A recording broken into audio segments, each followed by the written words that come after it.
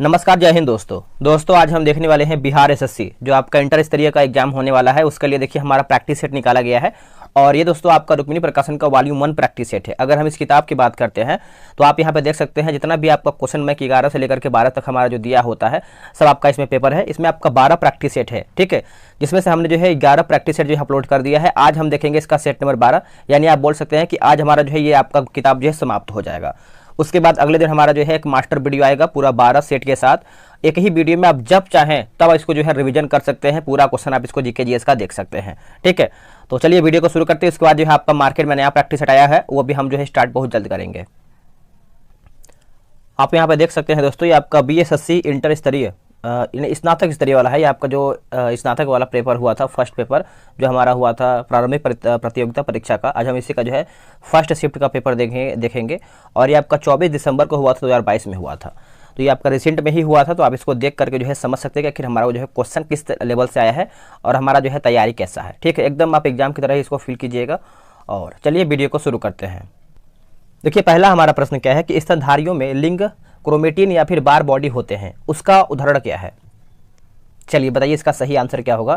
देखिए यहाँ पे उदाहरण पूछ रहा है तो इसका सही आंसर हमारा हो जाएगा ऑप्शन नंबर बी हो जाएगा, वैकल्पिक हेटेरोक्रोमेटिन हो जाएगा। ऑप्शन हमारा दोस्तों यहाँ पे पहले का जो है बी सही आंसर हो जाएगा। आप इसको अच्छे से याद रखिएगा। वही बात कर लेते हैं दोस्तों, हमारा जो दिया गया है यूक्रोमेटिन के जो है ये पूरे मानव जीनोम का लगभग जो है 90% हिस्सा होता है, ठीक है। चलिए अगला हमारा है कि उस मॉडल का नाम बताइए जिस पर भारत की दूसरी पंचवर्षीय योजना जो है आधारित है। दूसरी पंचवर्षीय योजना जो है आपका दोस्तों आधारित है, तो इसका आंसर हमारा हो जाएगा महालनोबिस मॉडल। ऑप्शन नंबर हमारे यहाँ पे ए सही आंसर हो जाएगा। जो आपका दूसरा पंचवर्षीय योजना कब से कब तक चला है तो आप याद रखिएगा 1956 से लेकर के 61 के बीच में जो है इसका दोस्तों अवधि रहा है, ठीक है। तो ऑप्शन हमारा देखिए महालनोबिस मॉडल इसका सही उत्तर होगा। अब देखिए मैथ वगैरह भी इसमें आपको दिया है, आपको ही पता है, तो आप जो है बिहार एसएससी का जो टेलीग्राम ग्रुप बना है वहाँ से आप इसको ज्वाइन होकर सेट लगा सकते हैं, ठीक है। बोला कि समान वायु दाब वाले स्थलों को जोड़ने वाली रेखाओं को कहा जाता है क्या। इसको क्या कहते हैं, तो इसको हम कहते हैं समदाब रेखा कहते हैं। क्या कहते हैं दोस्तों, समदाब रेखा कहते हैं। ऑप्शन नंबर हमारे यहाँ पे डी सही आंसर हो जाएगा। एक हमारा दोस्तों होता है जैसे आप देखेंगे कि समदाब रेखा को हम दाब कहते हैं। एक हमारा होता है समवर्षा रेखा को हम क्या कहते हैं, समवर्षा रेखा को हम कहते हैं वर्षा। एक हमारा होता है आइसोह्योम्स जो होता है उसको हम क्या कहते हैं, आर्द्रता कहते हैं, आर्द्रता कहते हैं, ठीक है। चलिए नेक्स्ट हमारा प्रश्न है जीके जीएस का। बोला है कि क्वेश्चन नंबर 12 बोला है कि कोरियोलिसिस बल तथा दाब प्रवणता बलों में संतुलन से उत्पन्न समदाब रेखाओं के समानांतर पवने हैं। तो इसका आंसर हमारा 12 का क्या होगा। 12 का देखिए हो जाएगा ऑप्शन नंबर ए हो जाएगा दोस्तों, भूवि क्षेपी पवन हो जाएगा, भूवि क्षेपी पवन हो जाएगा। 12 का ऑप्शन नंबर ए राइट हो जाएगा। अगला कि बंगाल में पागलपंथी आंदोलन का जो संस्थापक नेता थे वो कौन थे। तो सही आंसर हमारा हो जाएगा करमशाह। ऑप्शन नंबर डी हो जाएगा दोस्तों, करमशाह इसका सही उत्तर हो जाएगा। देखिए पागलपंथ एक अर्ध धार्मिक संप्रदाय था जिसे उत्तरी बंगाल के करमशाह ने चलाया था, उत्तरी बंगाल के करमशाह ने चलाया था। वही अगर हम बात करते हैं कान्हू के बारे में, तो कान्हू के बारे में आप सब लोग समझिएगा। कान्हू की अगर हम बात करते हैं दोस्तों, जो कि आपके लिए बेहद जरूरी है। देखिए संथाल विद्रोह आदिवासियों के प्रमुख नेता कौन थे, सिद्धू और कान्हू थे। संथाल विद्रोह के आदिवासी के प्रमुख नेता थे। नेक्स्ट हमारा है कि भारत की अंतर्राष्ट्रीय स्थलीय सीमा को कितने देश स्पर्श कर सकते हैं या फिर स्पर्श कर रहे हैं फिलहाल में। तो इसका आंसर देखिए दोस्तों याद रखिएगा करीबन 7 हो जाएगा। ऑप्शन नंबर हमारा सी। सातों का नाम याद रखिएगा। पहला हमारा बांग्लादेश, चीन, पाकिस्तान, नेपाल, म्यांमार, भूटान और अफगानिस्तान। एक बार फिर से याद कर लीजिए, बांग्लादेश, चीन, बांग्लादेश के बाद चीन के बाद आपको हो जाएगा पाकिस्तान, नेपाल, म्यांमार, भूटान और अफगानिस्तान, ठीक है। टोटल हमारा जो है 7 हो जाएगा। चलिए आगे हमारा प्रश्न हमारा क्या है कि 4 साल के अंतराल पर जन्मे बच्चों की आयु के 60, तो ये सब छोड़ दीजिए, आगे हम बढ़ लेते हैं। बोला कि चीन की राष्ट्रीय भाषा क्या है, चीन की राष्ट्रीय भाषा क्या है, ये आपका प्रश्न है। तो इसका सही आंसर देखिए हमारा हो जाएगा मंदारिन हो जाएगा दोस्तों, मंदारिन लिखा गया है। ऑप्शन नंबर हमारा जो है 17 का डी सही आंसर हो जाएगा। देखिए मंदारिन विश्व की दूसरी सबसे अधिक बोले जाने वाली भाषा है, ठीक है, तो आप अच्छे से याद रखिएगा। आगे प्रश्न है 20 नंबर। बोला कि इंटरनेशनल बुकर प्राइज 2022 किसके द्वारा जो है जीता गया है। इंटरनेशनल बुकर प्राइज 2022 किसके द्वारा ये आपका जीता गया है। तो ये जीता गया है दोस्तों गीतांजलि श्री के द्वारा। गीतांजलि श्री के द्वारा ऑप्शन नंबर हमारा जो है 20 का बी सही आंसर हो जाएगा।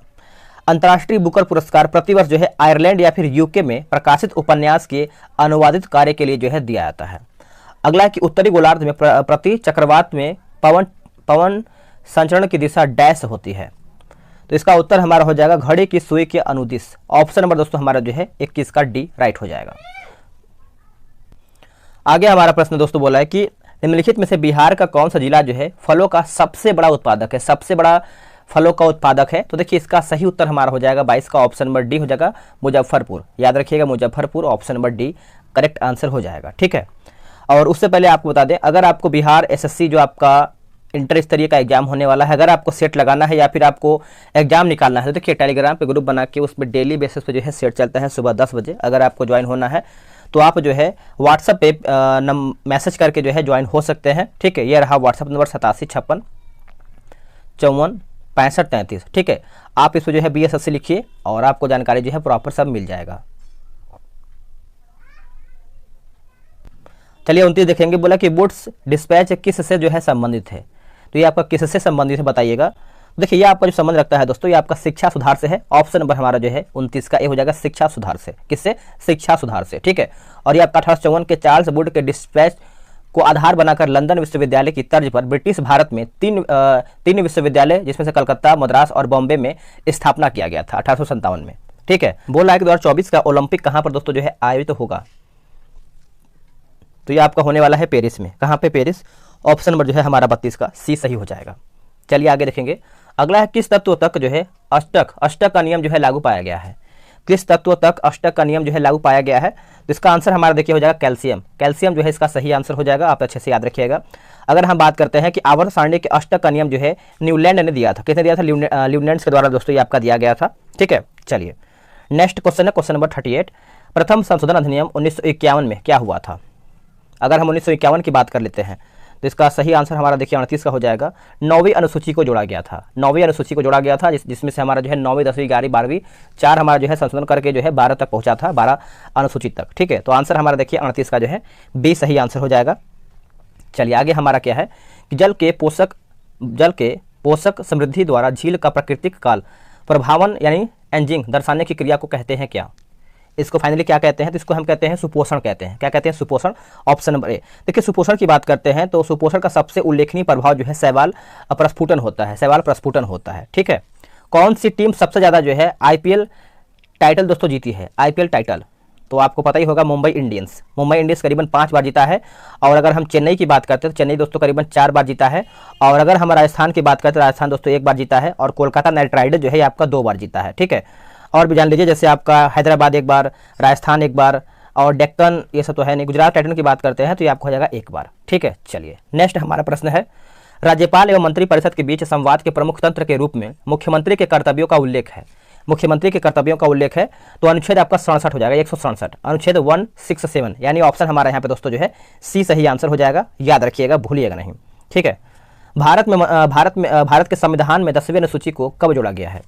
तो देखिए अभी 9वीं के बारे में बात हुआ था, अब यहाँ पे देखिए 10वीं अनुसूची आ गया है। तो आप अच्छे से याद रखिएगा 10वीं अनुसूची में हमारा है क्या, तो आप अच्छे से जानिए। देखिए 10वीं अनुसूची की बात करते हैं तो पहले आप इसका जान लीजिए, आंसर हो जाएगा हमारा 1985 52वां संविधान संशोधन। ऑप्शन नंबर हमारा दोस्तों यहाँ पे क्या हो जाएगा? बी सही आंसर हो जाएगा। ठीक है, और दोस्तों अगर हम बात कर लेते हैं जैसे 10वीं अनुसूची में तो देखिए इसमें आपका दल बदल से संबंधित हमारा जो है दोस्तों कानून इसमें किया गया है। ठीक है, चलिए नेक्स्ट हमारा प्रश्न है कि बोला कि रोग स्लीपद का कारण क्या है। अगर हम इसका कारण की बात करते हैं तो इसका आंसर हमारा हो जाएगा ऑप्शन नंबर डी हो जाएगा बुचेरिया। दोस्तों बुचेरिया जो है इसका सही उत्तर हो जाएगा बुचेरिया। अगला कि बांग्लादेश सरकार को मान्यता प्रदान करने वाला प्रथम देश कौन सा था। मान्यता प्रदान करने वाला जो प्रथम आपका देश था वो आपका हो जाएगा भारत, अपना भारत। Option number D. हमारे शरीर के दैनिक लय 24 घंटे के नियमन का एक महत्वपूर्ण कार्य कौन सा हार्मोन करता है और श्रावण किस ग्रंथि से होता है। श्रावण जो है दोस्तों कौन सा ग्रंथि से होता है। तो देखिए इसका सही आंसर हमारा देखिए 46 की बात कर लेते हैं तो इसका आंसर हमारे यहाँ पे सी हो जाएगा मिलोटोनिन। उसका पिनियल मिलोटोनिन पिलियन ग्रंथि हो जाएगा। ऑप्शन नंबर हमारा जो है 46 का सी हो जाएगा मिलेटोनिन और पिनियल ग्रंथि, दोनों नाम याद रखिएगा। अगला कि भारत के महान्यायवादी से संबंधित निम्नलिखित कथनों पर विचार कीजिए। तो देखिए इसमें आपका केवल 2 ही सही है, जिसमें से वह भारत सरकार को विधि संबंधित विषयों पर सलाह देता है। ठीक है, तो आंसर हमारा दोस्तों यहाँ पे केवल 2 सही है। अगला कि प्रकाश के अवयविक वर्णों में विभाजन को कहते हैं क्या। अवयवी वर्णों में क्या विभाजन को कहते हैं। तो दोस्तों इसको हम आंसर की बात करते हैं, इसको हम विक्षेपण कहते हैं। क्या कहते हैं? विक्षेपण। ऑप्शन नंबर हमारे यहाँ पे सी सही उत्तर हो जाएगा। निम्नलिखित में से किस शब्द को जो है ऑक्सफोर्ड यूनिवर्सिटी प्रेस द्वारा जो है Wilton world of the year 2021 जो है किया गया है? तो 50 का सही उत्तर हमारा हो जाएगा ऑप्शन नंबर हमारा दोस्तों यहाँ पे बी हो जाएगा, एंग्जाइटी हो जाएगा। क्या हो जाएगा? एंग्जाइटी। आप अच्छे से नाम याद रखिएगा, एंग्जाइटी इसका करेक्ट आंसर हो जाएगा। निम्न में से कौन सा क्षेत्र जो है देश के परिवहन के सकल मूल्यवर्धन में सर्वाधिक योगदान करता है? सर्वाधिक योगदान करता है, तो इसका सही आंसर हमारा हो जाएगा रेलवे। ऑप्शन नंबर हमारा दोस्तों यहाँ पे डी राइट आंसर हो जाएगा। ठीक है, रेलवे इसका सही उत्तर होगा। अब इसको समझिएगा कि दो प्रमुख क्षेत्रों माल भाड़ा और यात्री में से अकेले माल भाड़ा से रेलवे को 2/3 राजस्व की प्राप्ति होती है। नेक्स्ट है कि पंचायतों के शक्तियों, प्राधिकार तथा उत्तरदायित्व का प्रावधान किया गया है कौन से आर्टिकल में? तो अगर हम अनुच्छेद की बात करते हैं तो इसका सही आंसर हमारा हो जाएगा अनुच्छेद 243 का 6 में। ऑप्शन नंबर हमारा देखिए 57 का सी सही आंसर हो जाएगा। ठीक है, तो आप अच्छे से याद रखिएगा। अगर वही हम यहाँ पर दोस्तों च की बात करते हैं, 243 च की बात करते हैं, तो इसमें आपका देखिए सदस्यता के लिए जो है निर्भरता है, और यहाँ पे देखिए दोस्तों एक ड भी दिया गया 243 ड, तो अड़ जो है इसमें आपका अंग है जो भी है, पंचायतों की अवधि हो जाएगा इसमें। और इसमें दोस्तों एक घ भी दिया गया है 243 का घ, इसमें आप देखेंगे तो स्थानों का आरक्षण है। चारों ऑप्शन को आप अच्छे से याद रखिएगा। ठीक है, चलिए नेक्स्ट हमारा प्रश्न है कि म्यांमार का पुराना नाम क्या था? ये तो सभी को पता है, जो कि पहले यही नाम था, उसके बाद वो चेंज करके म्यांमार किया गया है, तो ये आपका बर्मा हो जाएगा। ऑप्शन नंबर दोस्तों हमारा जो है ए सही आंसर हो जाएगा। देखिए भारत शासन अधिनियम 1935 के प्रावधानों के अनुरूप वर्ष 1937 में बर्मा को भारत से अलग कर दिया गया। ठीक है, तो आप अच्छे से याद रखिएगा, भूलिएगा नहीं। आगे हमारा प्रश्न है कि अवतल दर्पण के परावर्तक पृष्ठ के व्यास एवं उसकी फोकस दूरी f से संबंध रखता है? तो ये आपको हो जाएगा डी बराबर f4, डी बराबर f4 ऑप्शन नंबर बी। 64 एक डैश का सबसे अच्छा उदाहरण जो है मध्य अटलांटिक कटक है, मध्य अटलांटिक कटक है, तो इसका उत्तर हमारा क्या होगा 64 का? देखिए 64 का आपको हो जाएगा अपसारी सीमा, अपसारी सीमा हो जाएगा दोस्तों, आप अच्छे से याद रखिएगा। अगला है कि ऋषि सुनक नए प्रधानमंत्री बने हैं कहाँ के? अगर हम ऋषि सुनक की बात कर लेते हैं तो आप सभी को पता ही होगा, ऑप्शन हमारा देखिए हो जाएगा यूके के ये प्रधानमंत्री बने हैं, पीएम बने हैं। ऑप्शन नंबर हमारे यहाँ पे सी सही आंसर हो जाएगा। ठीक है, वही बात करते हैं एंथोनी अल्बानीजी जो यहाँ पे दिया गया है, तो ये आपके ऑस्ट्रेलिया के प्रधानमंत्री हैं। ठीक है, जॉर्जिया मेलोनी की बात करते हैं तो अभी आप इंस्टाग्राम या फिर यूट्यूब पे देखे होंगे तो बहुत ज़्यादा रील चल रहा है। ठीक है, मेलोनी का, तो इसका देखिए आंसर हमारा 68 का जो मेलोनी है कहाँ के ये प्रधानमंत्री हैं? तो ये हैं इटली की। ठीक है, तो ऑप्शन हमारा दोस्तों यहाँ पे बी हो जाएगा, इटली वाला। चलिए आगे हमारा है क्वेश्चन नंबर आप देखेंगे तो 74 नंबर देख लेते हैं। निम्नलिखित में से कौन अक्रिस्टलीय है? इनमें से हमारा जो है अक्रिस्टलीय कौन सा है? देखिए 64 का सही आंसर हमारा हो जाएगा ऑप्शन नंबर बी, कांच हो जाएगा। दोस्तों कांच जो है इसका सही उत्तर हो जाएगा। कांच अतिरिक्त यानी अतिशीतित द्रव्य है। ठीक है, अतिशीतित द्रव्य है। नेक्स्ट हमारा प्रश्न क्या है? बोला कि केपलर के ग्रह गति के नियमानुसार सूर्य के परितः वृत्ताकार कक्षा में परिक्रमण कर रहे ग्रह के समय तथा उसकी कक्षा की त्रिज्या में संबंध पूछ रहा है, तो इसका सही उत्तर हमारा देखिए हो जाएगा 77 का, ऑप्शन नंबर बी हो जाएगा।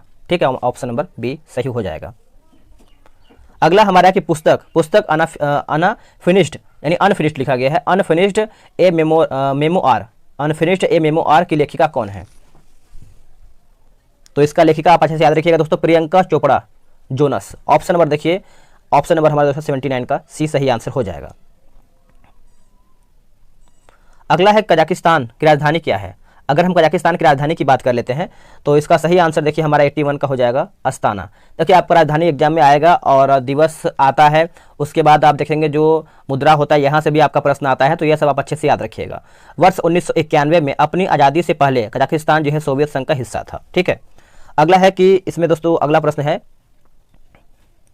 कि भारत में मिड डे मील योजना जो है कब प्रारंभ किया गया है? मिड डे मील, ये करंट अफेयर का प्रश्न है, तो इसका सही आंसर हमारा देखिए 87 नंबर है ना। तो मिड डे मील की बात करते हैं तो इसका उत्तर हमारा देखिए हो जाएगा ऑप्शन नंबर क्या होगा 15 अक्टूबर 1995, 15 अक्टूबर 1995 ऑप्शन नंबर हमारा ए सही उत्तर हो जाएगा। एक हमारा आता है कि क्या बोलते हैं कि विद्यालय में राष्ट्रीय मध्याहार कार्यक्रम की शुरुआत जो है 15 अगस्त 1995 में हुआ था। ठीक है, निम्न में से किस कहवा की किस्म का उत्पादन भारत में सबसे अधिक होता है? तो सबसे अधिक होता है दोस्तों तो ये आपको अरेबिका में देखने को मिलता है, अरेबिका में, जो कि ऑप्शन के अकॉर्डिंग हमारा ए सही हो जाएगा। वही अगर हम बात करते हैं दोस्तों हमारा जो लिखा गया है रोबस्टा, रोबस्टा किस्म की कॉफ़ी का सबसे ज़्यादा उत्पादक देश जो है हमारा वियतनाम है। कौन सा है? वियतनाम है। भारत में स्थापित पहला राष्ट्रीय उद्यान कौन सा है? तो पहला राष्ट्रीय उद्यान आप सभी को पता ही होगा, जो कि आप लोगों ने आंसर कर दिया होगा। ये आपका उत्तर हो जाएगा जिम कॉर्बेट राष्ट्रीय उद्यान। ये आपको ऑप्शन हमारा जो है दोस्तों बी हो जाएगा। और ये आपको उत्तराखंड में देखने को मिलता है। कहाँ पे? उत्तराखंड में। देखिए जिम कॉर्बेट राष्ट्रीय उद्यान रामगंगा के नाम यानी रामगंगा नदी पर बहती है, तो आप इसको अच्छे से याद रखिएगा। एक हमारा दिया है काजीरंगा, ये आपका असम में है। कान्हा दोस्तों आपको देखने को मिलता है मध्य प्रदेश में। और जो गिर राष्ट्रीय उद्यान जो है ये आपको देखने को मिलता है गुजरात में। ठीक है, तो सभी को आप अच्छे से नाम याद रखिएगा। आगे देख लेते हैं कि पद्म विभूषण विजेता प्रभा अत्रे निम्नलिखित में से किससे जो है जुड़ी हुई हैं। तो ये किससे जुड़ी हुई हैं बताइएगा। तो इसका देखिए 94 का सही आंसर हमारा हो जाएगा ऑप्शन नंबर बी, स्वर संगीत से। स्वर संगीत हो जाएगा दोस्तों। ठीक है, प्रभा अत्रे को 2022 में पद्म विभूषण से दोस्तों सम्मानित किया गया है 2022 में। ठीक है, 2022 में। आगे देख लेते हैं। अगला है कि दिल्ली के लाल किले में मोती मस्जिद का निर्माण जो है किसने कराया है। अगर मोती मस्जिद की बात कर लेते हैं तो इसका उत्तर हमारा हो जाएगा औरंगजेब। नाम याद रखिएगा औरंगजेब। ऑप्शन नंबर दोस्तों हमारा जो है 96 का ए सही आंसर हो जाएगा। और एक हमारा है हुमायूं के मकबरा को ताजमहल का पूर्ववर्ती माना जाता है। और जहांदार शाह को क्या कहते हैं दोस्तों। जहांदार शाह को देखा जाए तो लंपट मूर्ख के नाम से हम जानते हैं जहांदार शाह को। ठीक है, तो ये भी आप अच्छे से याद रख लीजिएगा। चलिए आगे हमारा कि यूनेस्को द्वारा घोषित अंतर्राष्ट्रीय मातृभाषा दिवस किस तारीख को मनाया जाता है। तो ये हम मनाते हैं दोस्तों 99 का बात कर लेते हैं तो 21 फरवरी को मनाते हैं। 21 फरवरी को। ऑप्शन नंबर हमारा यहाँ पे डी सही उत्तर हो जाएगा। अगला है कि अमित सहाय को डैश के क्षेत्र में उनके योगदान के लिए माइकल एंड शीला हेल्ड डैश प्राप्त हुआ है। बताइए इसका उत्तर क्या होगा 100 नंबर का। तो ये आपको हो जाएगा कंप्यूटर विज्ञान। ऑप्शन नंबर हमारा दोस्तों यहाँ पे 100 का जो है बी सही उत्तर हो जाएगा। अगला प्रश्न है निम्नलिखित में से कौन राष्ट्रीय स्वास्थ्य प्रोफाइल को समय समय पर जो है प्रकाशित करते हैं या फिर करने पर। तो इसका उत्तर हो जाएगा केंद्रीय स्वास्थ्य खुफिया ब्यूरो। ऑप्शन नंबर ए सही हो जाएगा। नेक्स्ट है निम्नलिखित में से किस योजना का उद्देश्य राष्ट्र के पर्यटन विकास के लिए जो है आध्यात्मिक केंद्र जो है सृजित करना है। सही आंसर हमारा दोस्तों हो जाएगा प्रसाद। ऑप्शन नंबर ए प्रसाद इसका उत्तर हो जाएगा प्रसाद। निम्नलिखित में से कपास के संबंध में कौन सा कथन जो है सही नहीं है, यानी कौन सा हमारा कथन जो है गलत है।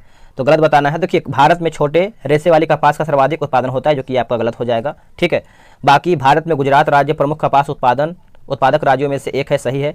कपास की खेती के लिए जो है 50 से 100 सेंटीमीटर वर्षा जो है आदर्श रहती है। इसकी पैदावार उपोष्ण एवं उष्णकटिबंधीय जलवायु प्रदेशों में होता है। चलिए आगे देखेंगे। अगला कि सहायक एनजी संबंध किससे।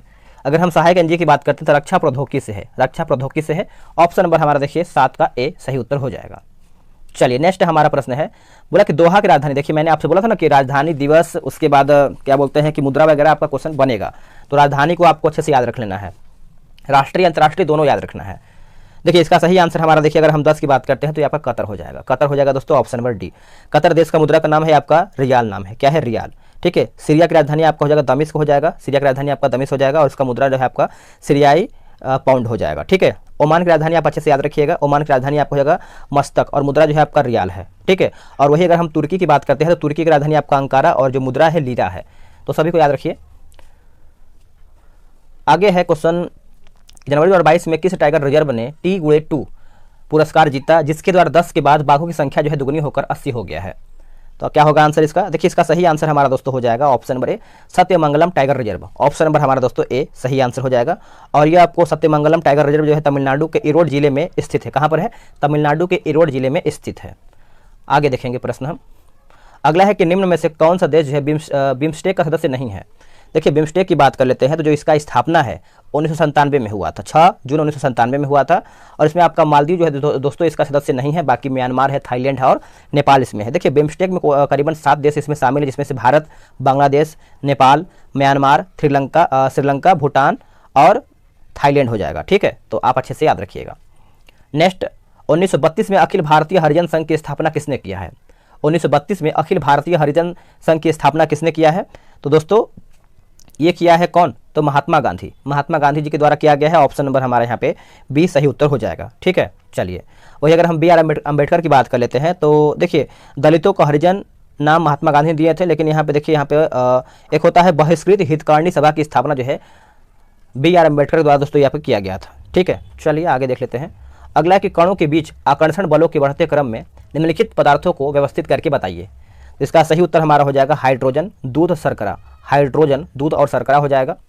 भारत सरकार के किस कार्यक्रम का उद्देश्य चिन्हित क्षेत्रों में समग्र दृष्टिकोण को अपनाते हुए प्रौद्योगिकियों को विकसित करना और एकीकृत करना है। तो ये आपका हो जाएगा प्रौद्योगिकी विकास कार्यक्रम, प्रौद्योगिकी विकास कार्यक्रम, ऑप्शन नंबर हमारा डी राइट हो जाएगा। सही विकल्प चुनिए। किसी विद्युत धारावाही सीधी लंबी परिनालिका की अक्ष पर चुंबकीय क्षेत्र।